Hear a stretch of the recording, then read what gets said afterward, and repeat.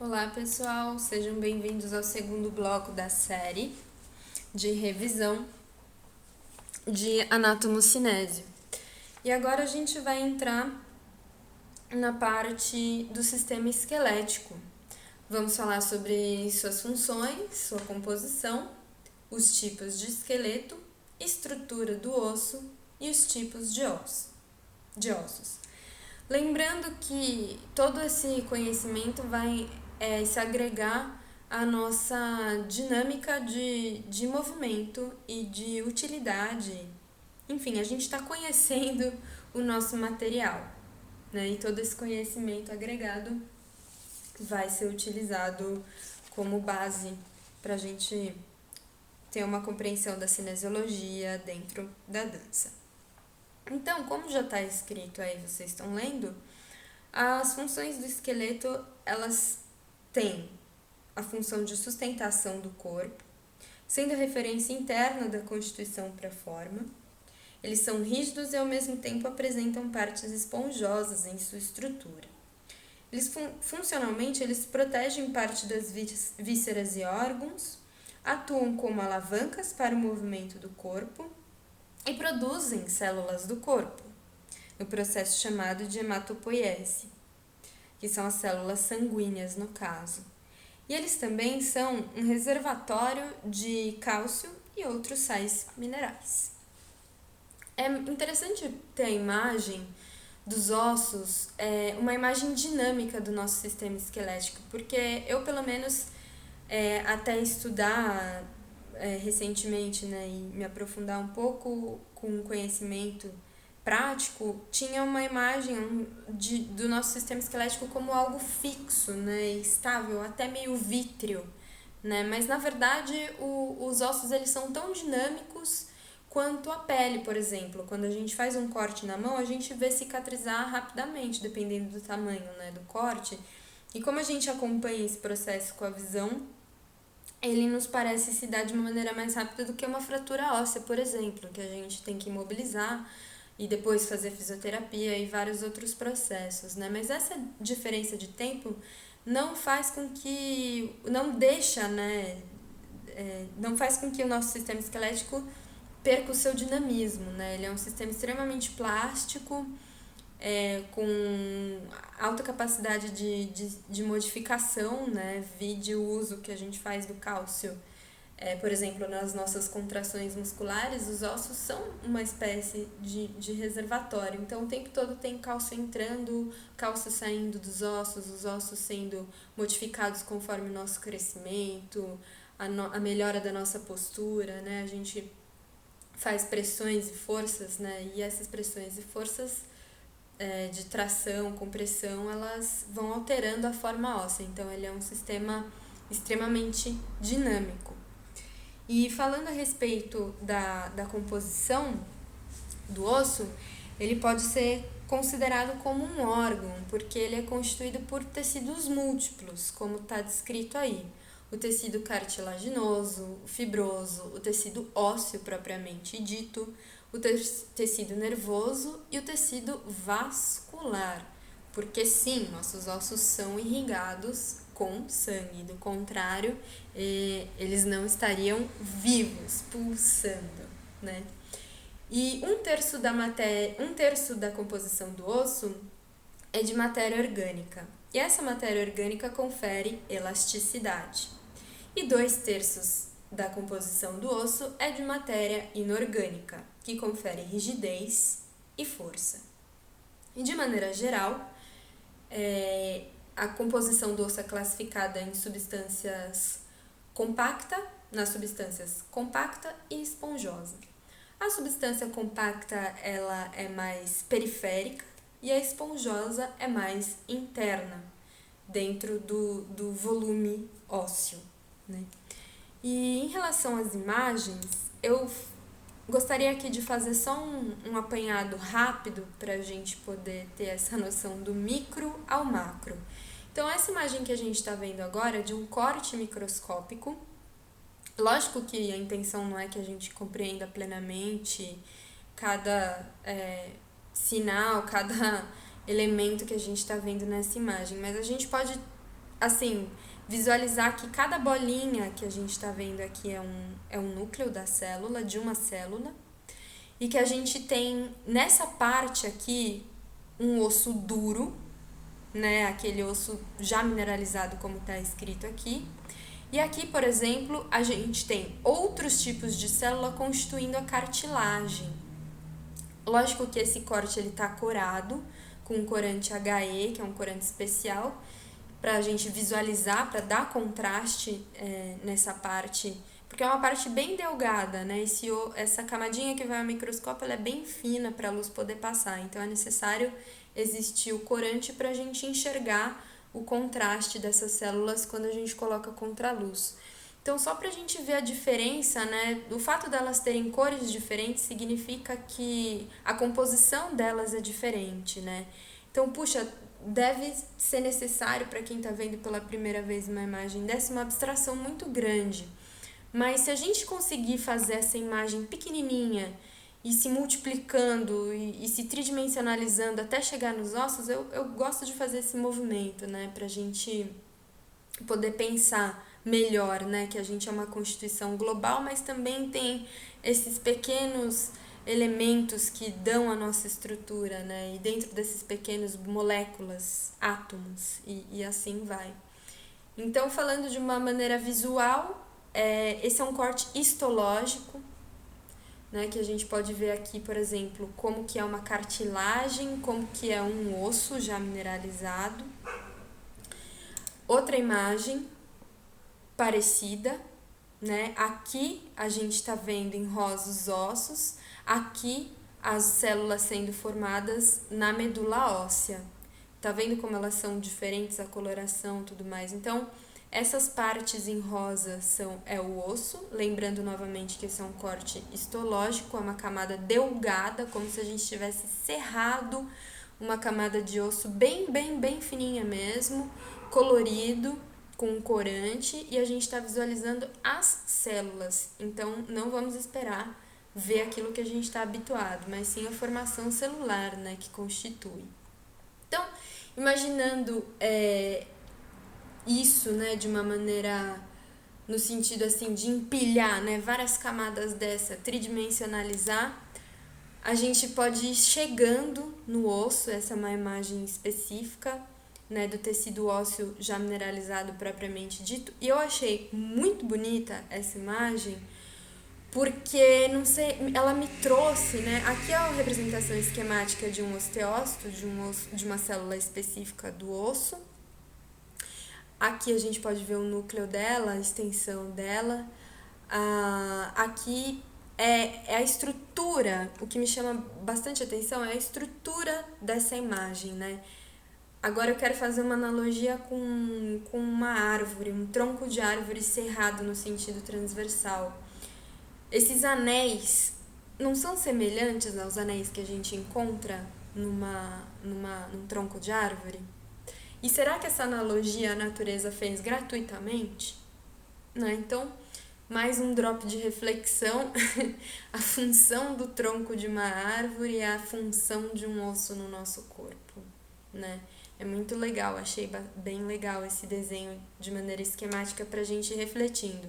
Ele ainda está na mesma dimensão desses outros aqui, só que ele é um desenho esquemático, ok? O núcleo da célula, os prolongamentos, o corpo celular, elas juntas fazem o osso desse jeito, cerrado, né, transversalmente. E aí aqui a gente também está ampliando, né? Do micro a gente está indo para o macro cada vez maior. Aqui a gente está vendo uma representação também esquemática em desenho do osso, é uma pizza do osso, né? Então, na verdade, uma pizza bem espessa, né? Aqui é o periósteo, uma pele do osso que envolve a nossa camada óssea dura e, por exemplo, a gente falam, o osso não dói. Na verdade, aqui dentro talvez não doa, mas o periósteo tem sim formação nervosa, né? Então a gente tem sensações nesse periósteo aqui. E depois dessa camada, a gente tem a parte compacta do osso. Essas bolinhas, circunferências que a gente está vendo aqui, elas são a parte... elas são isso daqui, né? Só que isso daqui, imagina, pequenininho, aí a gente aumentou a dimensão, né, do que a gente estava vendo, a gente começou a ver mais coisa aqui nessa imagem. Então, aqui em cima, a gente enxerga a parte transversal. Aqui é a parte vertical, né, como se a gente estivesse vendo vários planos, né, desse osso, uma pizza tridimensional. E como eu havia falado para vocês, a parte compacta ela é mais periférica, ó, bem próxima do periósteo. E depois da parte compacta, mais internamente, a parte esponjosa do osso. Então, a medula óssea, por exemplo, ela preenche essas trabéculas, esses espaços aqui, tá? E aqui são nosso sistema vascular, né? Os caminhos de vascularização do osso, tá? Então, a gente pode enxergar aqui, né? Aqui também é a continuação. Cada bolinha vermelha dessa é um canal, né, vascular aqui, passando, certo? E ampliando ainda mais esta imagem, temos essa outra representação, não em forma de pizza, mas em forma de cilindro cortado. Então, a gente tem aqui os mesmos nomes, né, que a gente viu na imagem anterior. O periósteo aqui fora, o sistema vascular penetrando o osso. Aqui a substância compacta periférica no volume do osso. Aqui a substância esponjosa trabeculada interna ao volume do osso. E aqui é um pedacinho, né, ampliado, retirado dessa parte. É como se a gente tivesse subido uma dessas colunas aqui, isolado para a gente enxergar melhor, ok? E esta é a composição. Agora, falando sobre tipos de esqueleto, a gente divide em axial e apendicular. Nada de complicado, algo bem simples, essa imagem bem simples pode traduzir de maneira tranquila o que significa um esqueleto axial e o esqueleto apendicular. O esqueleto axial, que é este que está em amarelinho douradinho aqui, como o nome traz, né, axis, eixo. Então, é a parte do esqueleto que constitui o nosso meio, né? E aqui, como a gente está vendo, é formado por cabeça, coluna vertebral, incluindo sacro-cóccix e costelas. E o esqueleto apendicular, como o nome já traz, é o apêndice. Está unido ao eixo, o apêndice do eixo, tá? Que é formado pela parte branca aqui do esqueleto, que a gente tem, como a gente viu na segmentação, né? Membros superiores e membros inferiores. Então, esses dois são os tipos de esqueleto que a gente tem no corpo. E aí, trazendo para a dança, né, o que vem de dentro, o que vem de fora da periferia, né? Então, a gente tem um centro sustentado por membros, né? E aqui a gente realiza as nossas grandes funções de Homo sapiens sapiens, Homo faber, Homo ludens, né? Com as mãos aqui e tudo mais, a gente tem as mãos livres, caminha aqui pelos membros do esqueleto apendicular inferior e realiza as tarefas do esqueleto apendicular superior, conectados ao nosso axis, eixo, centro em dourado. A estrutura do osso é o tópico que a gente vai abordar agora. E aqui temos uma imagem bastante ilustrativa do que é essa estrutura, né? A gente tem duas epífises.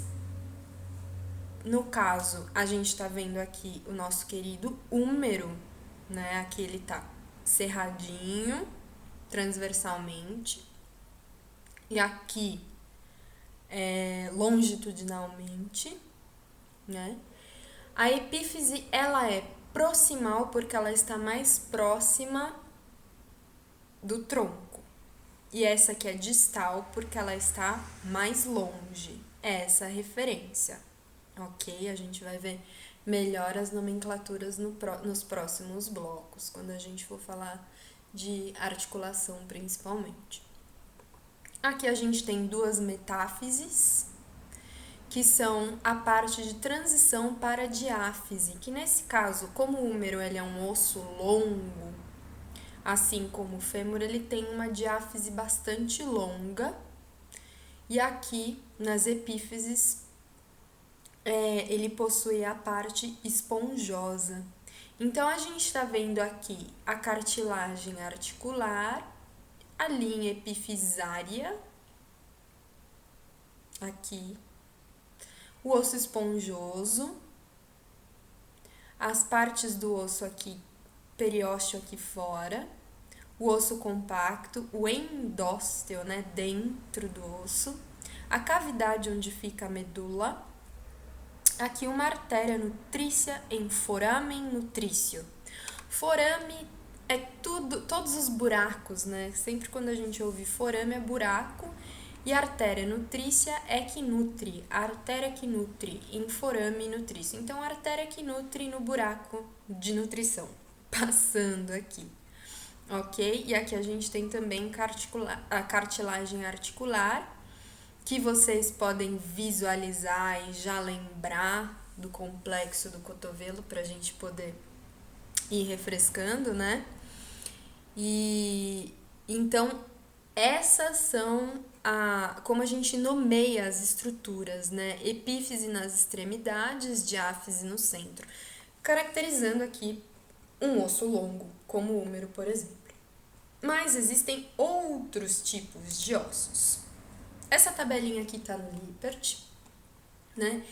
E ela fala a respeito dos tipos de ossos que a gente tem em cada esqueleto, né? Considerando o esqueleto apendicular, aquele branco, e o esqueleto axial, o amarelo, e aqui os tipos de ossos. Então, temos ossos longos, ossos curtos, ossos planos e ossos irregulares. Olha que interessante, eu acho extremamente interessante observar que no esqueleto apendicular não há classificação de ossos irregulares.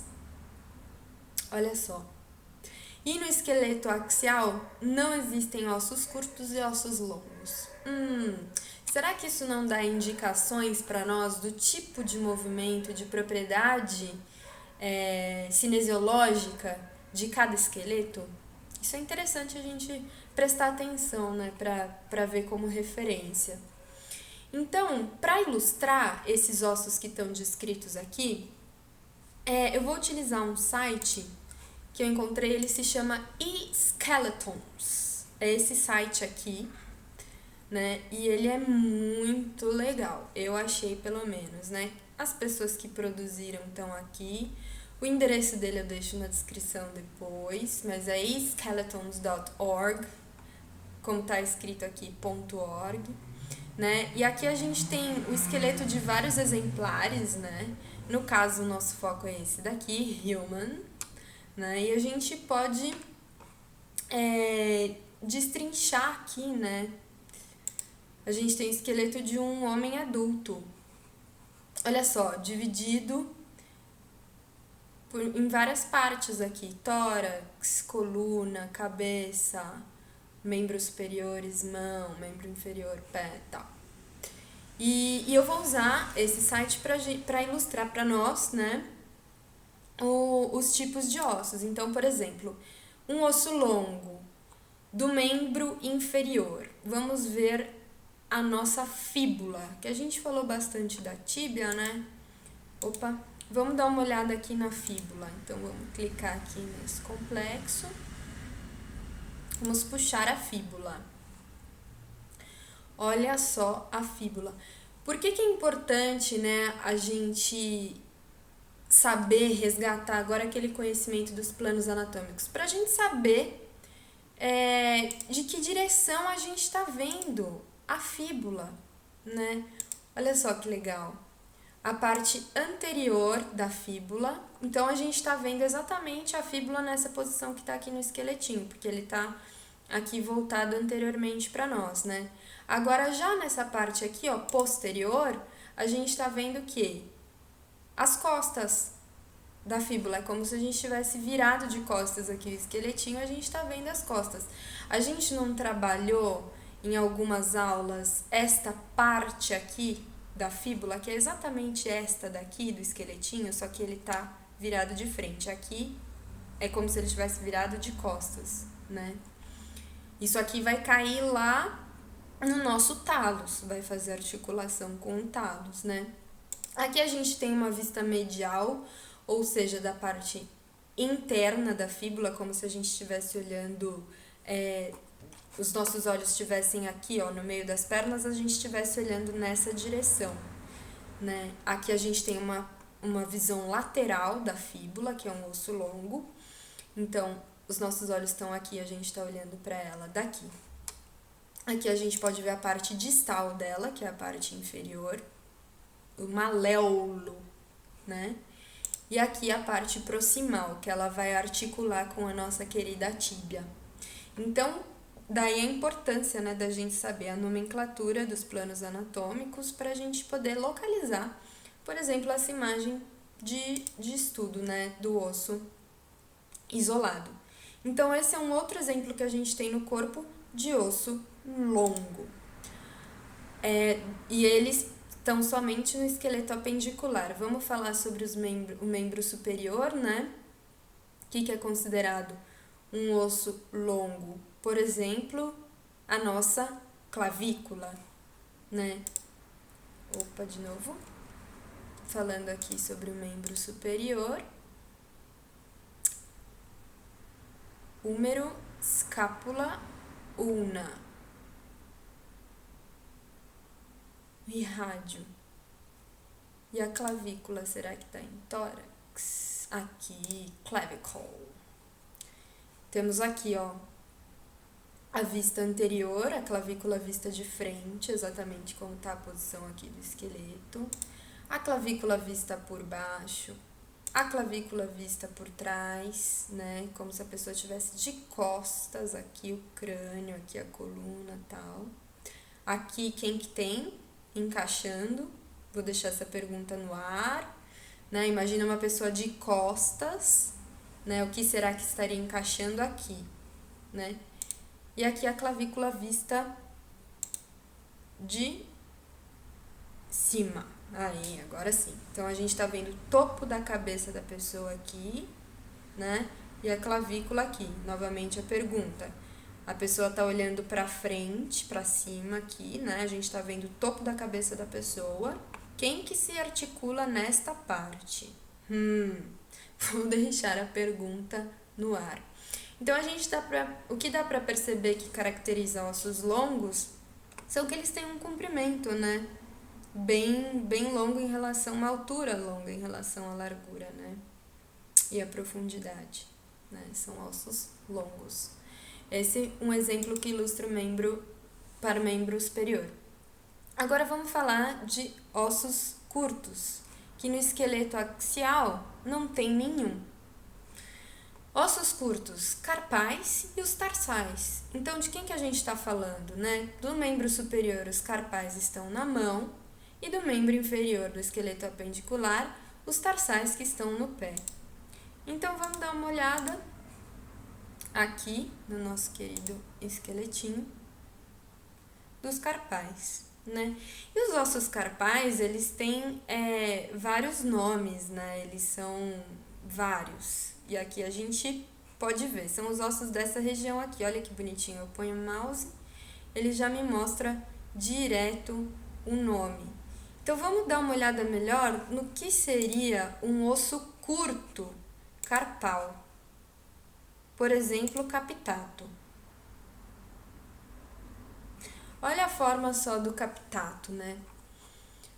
Olha só. E aqui a gente tem a escala, né? 5 milímetros equivale a esse pedaço aqui. Então, se a gente for comparar, né?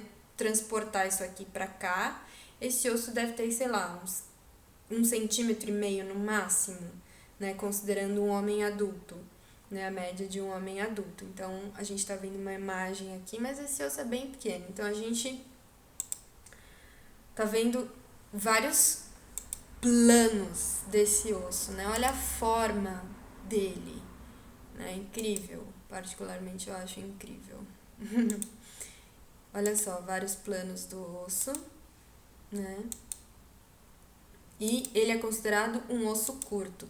A gente pode ver que ele tem umas dimensões relativamente semelhantes, né? E a forma dele é bastante complexa, né?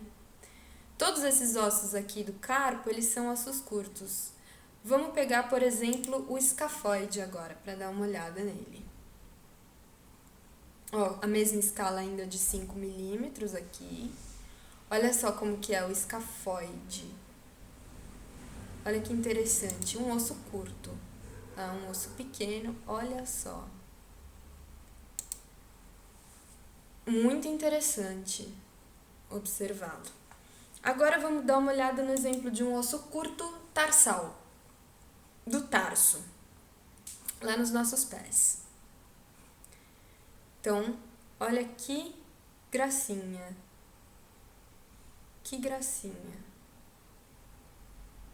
Né? Metatarso. Olha só, as falanges, o tarso aqui.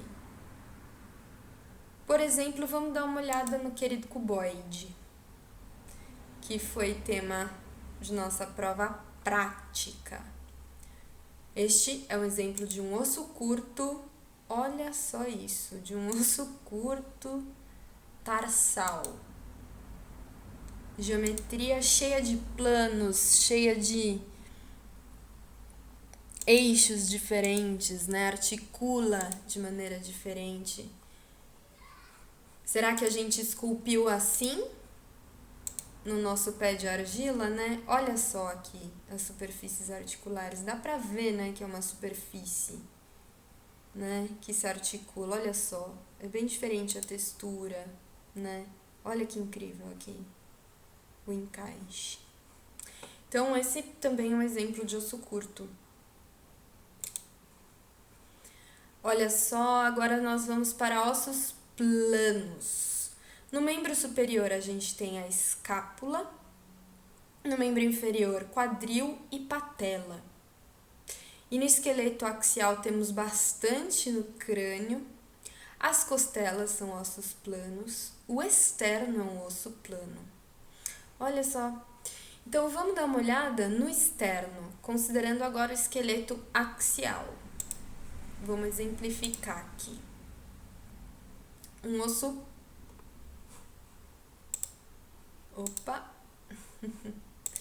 Um osso plano do esqueleto axial. Vamos olhar o externo.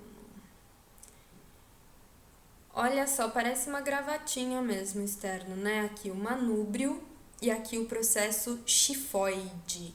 Olha onde o externo está localizado. É esta gravatinha aqui, onde se articulam as clavículas, cada uma de um lado, e as costelas, cada uma de um lado, cada par de um lado, né? Então, a gente está vendo aqui um tipo de osso plano. E aqui acho que a gente pode perceber, né? Porque que ele é um osso plano. Ele é bastante achatado, né? Aqui a gente está vendo uma vista lateral. Aqui posterior, como se a gente estivesse vendo a pessoa de costas, né? A gravatinha de costas. E aqui uma vista superior. Olha só que interessante. E a escala aqui, né? De 10 milímetros. Um pedacinho desse equivale a 10 milímetros. Este é um exemplo de osso plano do esqueleto axial. Vamos dar uma olhada no exemplo de um osso plano do esqueleto apendicular? Os ossos do quadril, nosso querido quadril, que muitas vezes a gente usou como referência de movimento, né? Vamos dar uma olhada nele. Olha só, esse é um exemplo de osso plano, curioso, né? Ele tem várias curvas, né? Uma geometria bem interessante aqui, e ele é classificado como plano. Aqui a gente tá vendo a vista de costas, né? Esta parte aqui se encaixa um osso muito famoso, também deixa a pergunta no ar. E aqui a gente tá vendo a frente, né? Olha só que interessante. Costas, frente. Costas, frente, né? Esta crista, muito legal. Olha só o encaixe aqui, bem legal pra gente ver, né?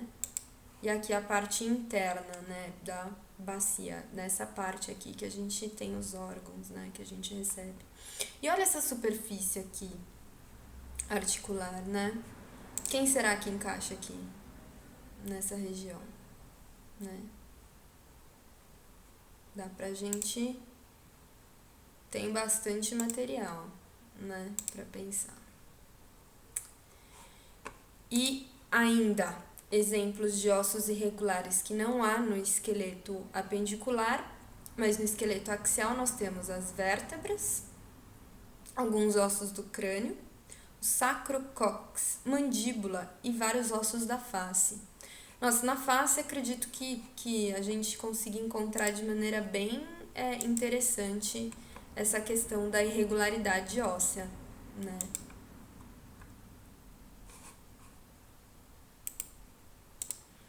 Então aqui nós temos o crânio sem a mandíbula, né, como a gente tá vendo aqui.